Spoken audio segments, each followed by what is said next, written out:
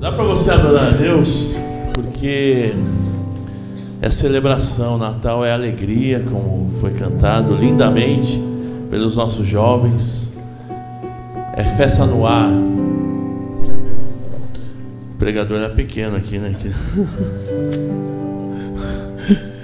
Mas você pode agradecer a Deus porque você está aqui reunido. Quem sabe você foi convidado a estar, ou mesmo você veio para assistir alguém. Mas o fato é que foi Jesus, foi o Senhor, o Espírito Santo de Deus que te trouxe. Ele tem algo tremendo para a tua vida. Feche teus olhos, vamos agradecer a Deus. Obrigado, Senhor, por essa noite. Obrigado, Senhor, por essa celebração. Gostoso ver os jovens adorando, celebrando, cantando. Oh Deus, Tu és maravilhoso, Tu és querido. O Senhor mudou a nossa história, o Senhor mudou a nossa razão de viver. Estávamos perdidos como ovelhas sem pastor, mas o Senhor nos encontrou e nos deu vida, e vida com abundância. Oh Deus, muito obrigado, Senhor. Te louvamos, te rendemos toda a honra, toda a glória, te rendemos exaltação, louvor. Oh Pai, somos gratos pela Tua bondade e grandeza sobre as nossas vidas. Podemos dizer como o salmista: grandes coisas o Senhor tem feito por nós, grandes coisas o Senhor fez por nós, e por isso nós estamos alegres, e a alegria do Senhor é a nossa força. Obrigado, Senhor, obrigado, Senhor, Tu és maravilhoso. A Ti, Senhor, toda a honra, toda a glória, todo o louvor, toda a exaltação. Nós Te exaltamos, nós Te bendizemos. Nós queremos declarar quem possa interessar que o Senhor é Deus, que o Senhor é digno de honra, digno de glória e digno de louvor. Oramos no nome de Jesus. Amém. Pode sentar, queridos. Glória a Deus. Eu queria terminar trazendo um pensamento baseado no livro de Isaías. Hoje pela manhã eu estava lendo esse texto. Eu até postei no meu Instagram, lá em Isaías capítulo 7, versículo 14. É um texto bem conhecido, mas fala de uma grande verdade. Todos acharam? Isaías 7, 14.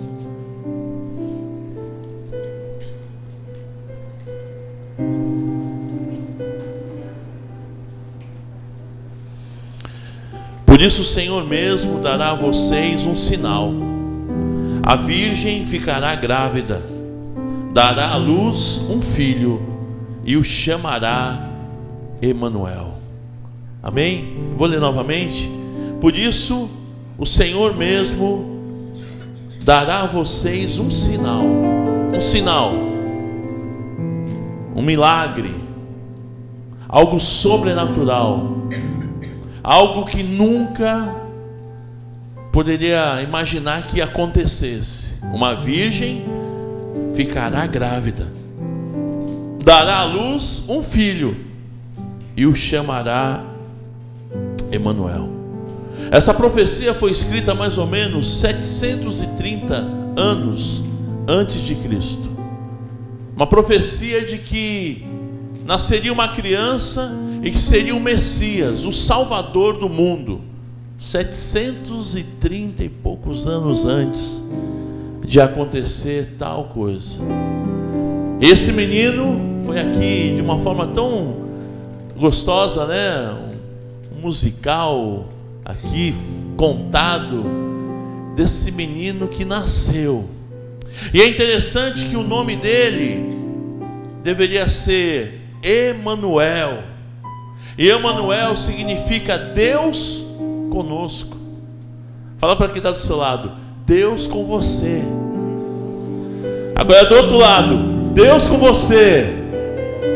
Se você puder, pega na mão dele um pouquinho. Fala assim: Deus conosco. Mas não é de qualquer forma, é com alegria. Deus conosco. Isso, Deus conosco.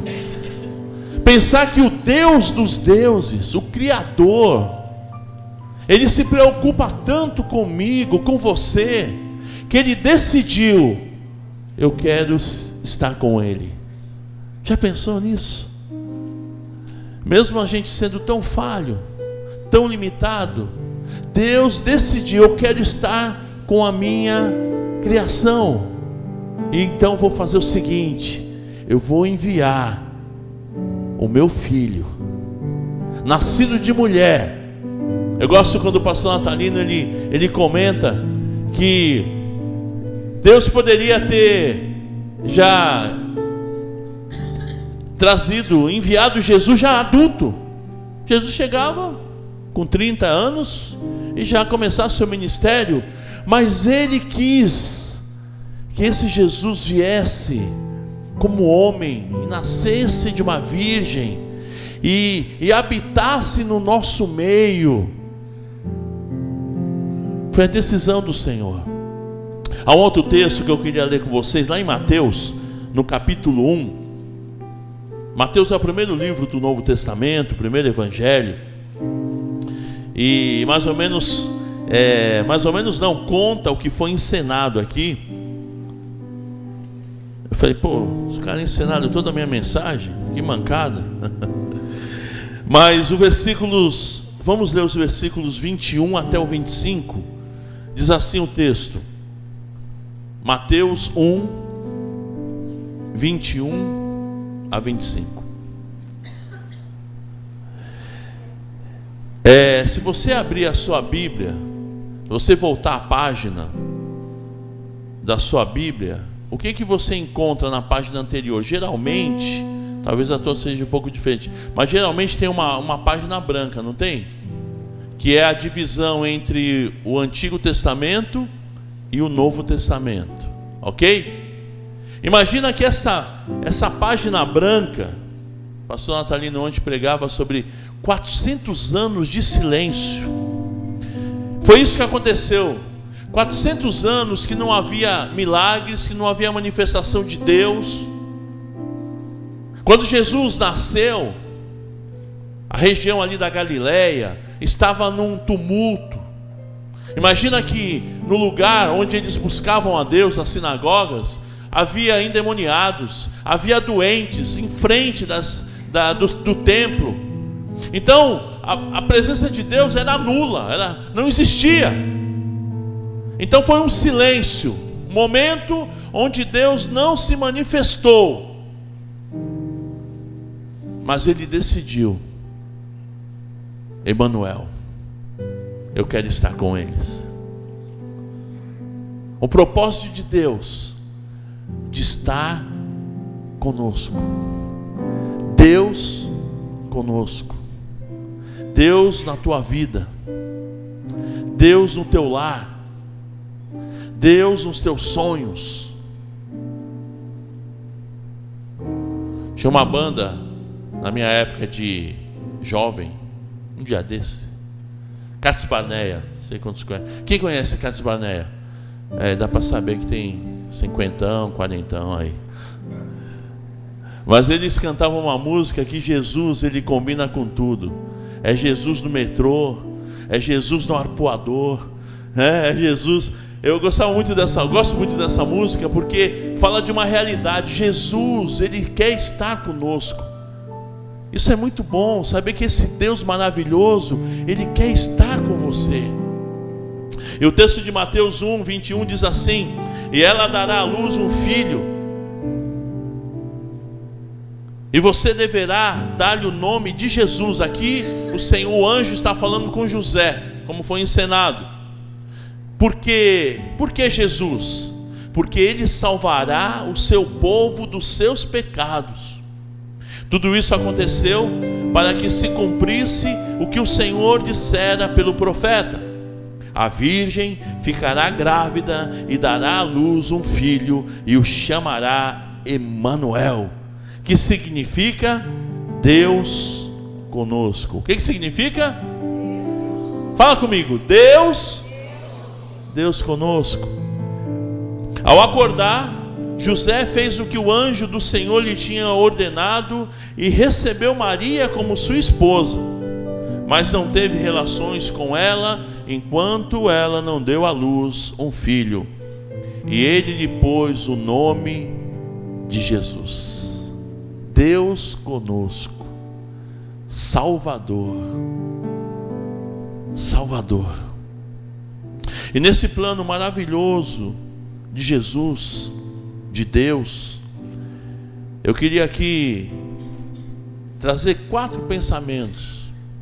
Primeiro, estar no nosso meio foi o desejo de Deus. Desde o princípio, Ele queria ter comunhão conosco. Lá no livro de Gênesis, a palavra de Deus diz que o Senhor, Ele vinha diariamente conversar com o homem, ter com a mulher, ter com aquele casal, primeiro casal. E Deus queria ter comunhão, mas acontece que veio o pecado. E o pecado é aquilo que nos separa de Deus. E o pecado separou essa comunhão, esse relacionamento. Mas desde o início, a vontade de Deus é ter comunhão conosco. Amém? Isso é muito bom, saber que Deus, Ele quer ter contato com a gente. Ele quer conversar com a gente, Ele quer dialogar. Ele quer estar presente no teu dia a dia, nas tuas alegrias, dos teus sonhos. Deus gosta de realizar sonhos. Eu costumo dizer que o Senhor é especialista em realizar sonhos. Então o desejo do Senhor sempre foi e sempre será ter comunhão com o homem, com o ser humano.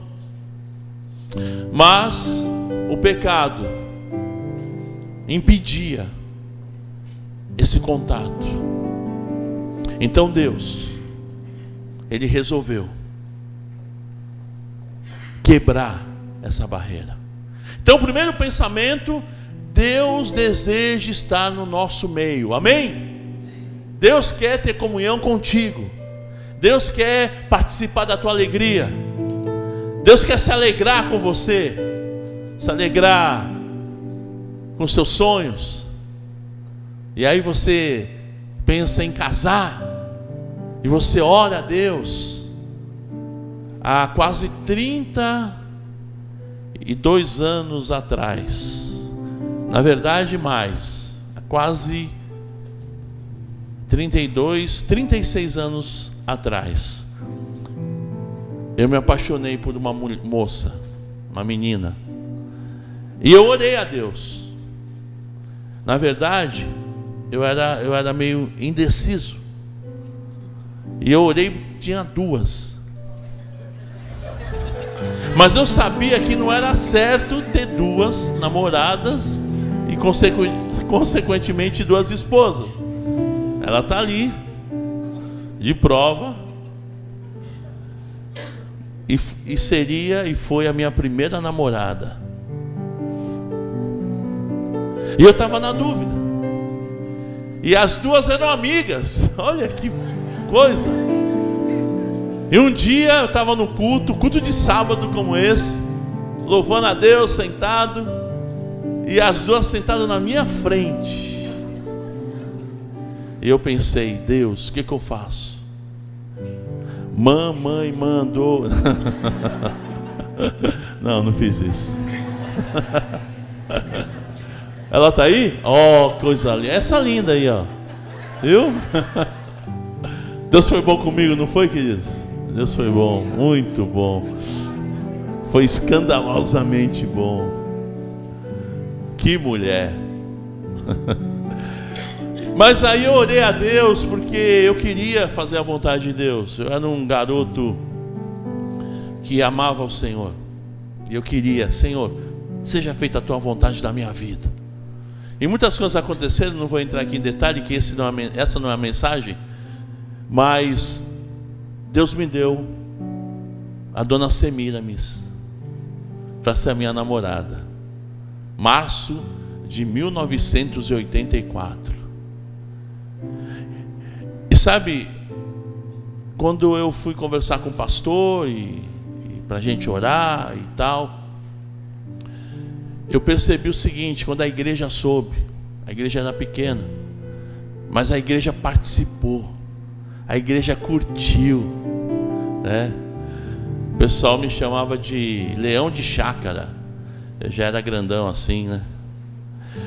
E nossa, a Miquinha com leão de chácara, que legal. Eu estou falando isso porque eu quero dizer o seguinte: Deus, Ele quer participar da tua alegria. Deixa, é criação de Deus, deixa Ele, não se preocupa não. Ele quer participar da tua alegria. Aí a gente, depois de 4 anos, nós casamos, e a alegria, o Senhor presente. E depois veio a primeira gravidez, e eu todo feliz, você pai, e aí era menino, oh! E a nossa vida é assim, meu irmão. O Senhor quer participar da nossa alegria. Ele quer estar presente dos teus sonhos. Eu não sei qual o teu sonho, qual aquilo que você pensa, aquilo que você imagina, mas saiba de uma coisa: Deus, Ele quer estar com você. É o Deus conosco. Mas como Ele é maravilhoso, Ele sabia, Ele via que o pecado separava a gente de ter essa comunhão gostosa com Ele, então Ele enviou Jesus. O segundo pensamento, Jesus, Ele veio então trazendo salvação dos nossos pecados. E o único que poderia fazer isso e levar sobre si os nossos pecados deveria ser alguém justo, que nunca tivesse cometido pecado. E esse justo é Jesus. Então Ele resolveu a situação. Jesus veio, Ele nasceu, Ele cresceu, Ele se tornou um adolescente, e na idade adulta, com 30 anos, que era a idade adulta judaica, Ele se torna então um pregador das boas novas. Ele inicia o seu ministério trazendo as boas novas de salvação. E o terceiro pensamento: com a salvação Ele traria libertação. Imagina que no início, quando Ele nasceu, Judá e Israel e toda aquela região estava vivendo um caos. As pessoas aprisionadas a demônios, as enfermidades, doenças, pessoas tristes. Havia um poderio maligno muito grande. Ele veio então trazendo salvação, mas Ele trouxe também libertação. Ele trouxe vida abundante e Ele trouxe a vida eterna.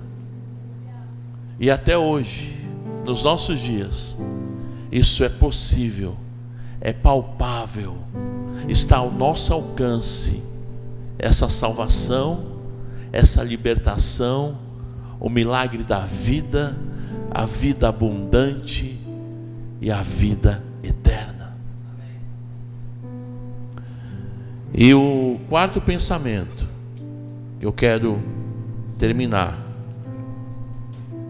que Natal é Jesus Cristo no nosso meio. Toda essa festa, e a cidade fica mais colorida,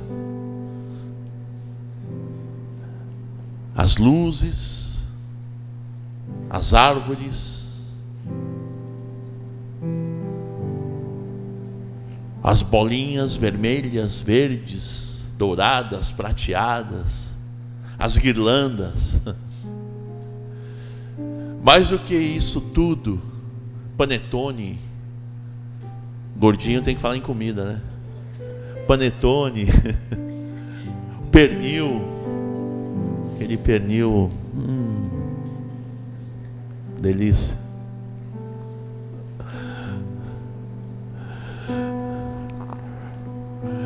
Mais do que tudo isso, Natal é Jesus presente nas nossas vidas, presente nos teus sonhos, presente no teu lar, presente na tua vida. Natal é Jesus, mesmo nas dificuldades, mesmo nas lutas, mesmo naquilo que você está passando, os desafios, é Jesus presente, é Deus conosco. E quando ele estava indo para o céu, e depois dos seus 3 anos de ministério, lá no finalzinho desse evangelho que nós lemos de Mateus, no capítulo 28, ele diz o seguinte: eu estarei sempre com vocês. Amados, isso é muito linda, essa promessa. Eu estarei sempre com vocês. É Deus conosco. Eu estarei sempre com vocês até o fim dos tempos. Essa é a promessa do Deus conosco. Eu estarei sempre contigo. Mesmo que você esteja em luta, Deus está contigo. Na alegria, Deus é contigo. Nos momentos de tristezas, Deus é contigo. Na tua vitória, Deus é contigo. Nas suas derrotas, Deus é contigo. Sabe, não é que nós cristãos, os crentes, nós somos, vamos dizer assim, somos conformados, né? Nos conformamos com tudo. Não é isso. É que de fato Deus é conosco, independente da situação. Lá no Salmo 23 diz que Ele estará conosco, mesmo no vale da sombra da morte. É Deus conosco. Ainda que você esteja passando a maior luta que você já teve, Deus é contigo. Eu queria encerrar essa pequena meditação te dando um desafio, que você possa tomar posse dessa grande verdade, que Deus é contigo. Mesmo que as coisas não estejam muito boas na tua casa, mesmo que talvez um filho teu esteja longe do Evangelho, mesmo que tenha enfermidade no teu lar, mesmo que não tenha dinheiro,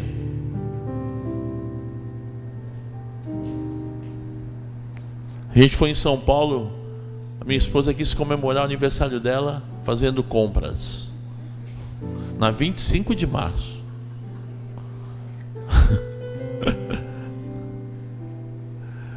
E Deus é tão bom. Na quinta-feira eu compartilhava que eu orei. Eu falei: Senhor, tem misericórdia de mim. Uma semana do Natal, 25 de março, 25, no. Deus foi tão bom que estava vazio o negócio lá, meu. Impressionante.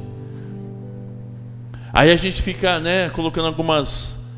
deve ser porque o pessoal não recebeu o 13º. Deve ser porque... Não, eu orei. Deus é bom. E a gente brincou, né? O pessoal, em vez de... está preferindo, em vez de comprar roupa nova para o Natal, está preferindo comprar carne. O preço que está a carne, né? Independente se você está sem dinheiro para comprar uma roupa nova para o Natal, e até para comprar carne está difícil, Deus é contigo. Eu estarei com você sempre, até o final. Ele não nos desampara, Ele não nos deixa. Por mais que pareça que está tudo perdido, Ele é o Senhor. Ele reina. Ele é contigo. É Deus conosco. É Deus conosco. Ele tem um propósito tremendo na tua vida. Na quinta-feira eu falei sobre processos e propósitos.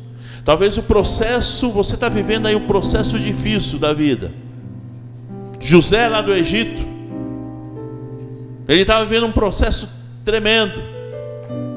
Foram 13 anos de escravidão, dos 17 aos 30. Imagina, a sua adolescência, idade adulta, foi um processo de escravidão, de luta, mas na verdade Deus estava no controle. Deus estava ensinando, Deus estava trabalhando, Deus estava fazendo um processo, porque o propósito na vida dele seria muito grande. Está difícil o processo, meu irmão? O propósito de Deus na tua vida é muito grande. Foram 13 anos. E aí eu queria até corrigir, eu falei que ele ficou, depois que ele teve um encontro com o copeiro, ele ficou 1 ano. Não, foram 2 anos. Ele deu o currículo dele para o copeiro e falou: pô, leva o meu currículo lá para o faraó, lembra de mim. E o texto diz, lá em Gênesis, 2 anos inteiros, que José ele levantava, acordava e dizia: hoje vai ser o meu dia. Hoje eu ganho na Mega Sena. Tipo assim. Mas ele não jogava, então ele não podia ganhar. Mas hoje vai ser o dia. Hoje vai chegar alguém, um emissário lá do palácio, e vai me chamar: José, vamos. Isso foi no primeiro dia, após o copeiro sair da prisão. Isso foi no segundo dia, na primeira semana, no primeiro mês, no primeiro semestre. Foram 2 anos de processo, mas o propósito era muito maior do que ele imaginava, porque Deus é Deus conosco.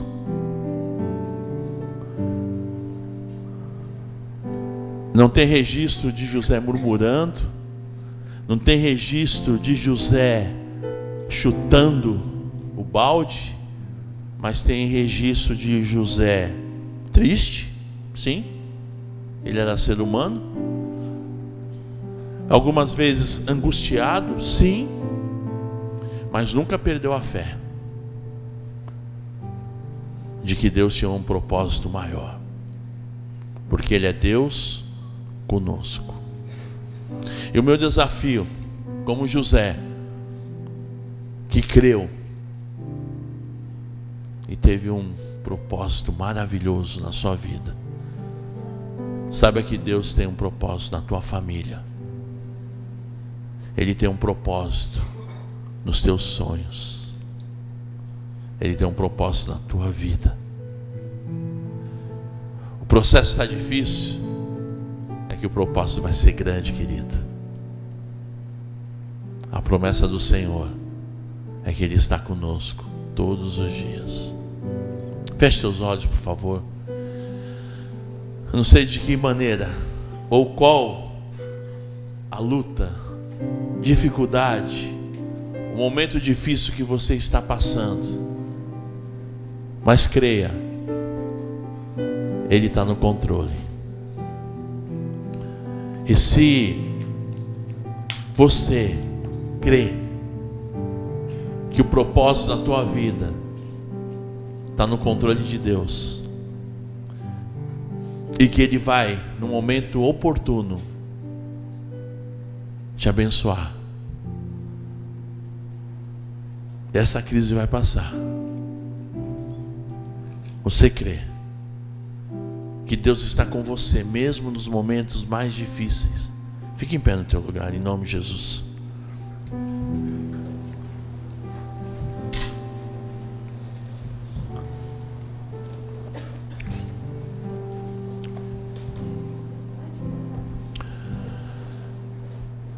Você que está de pé, feche seus olhos. Repete uma oração comigo. Querido Deus e Pai, eu creio que o Senhor tem um propósito maravilhoso para a minha vida, para a minha família. O Senhor tem um propósito tremendo sobre os meus sonhos.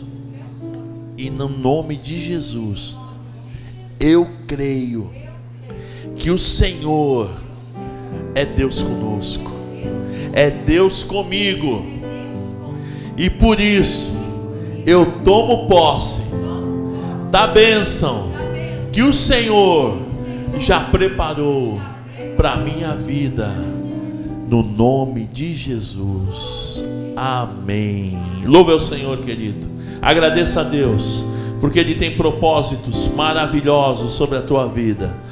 Os momentos que você tem vivido podem estar difícil, esse processo está complicado, mas o Senhor é maior.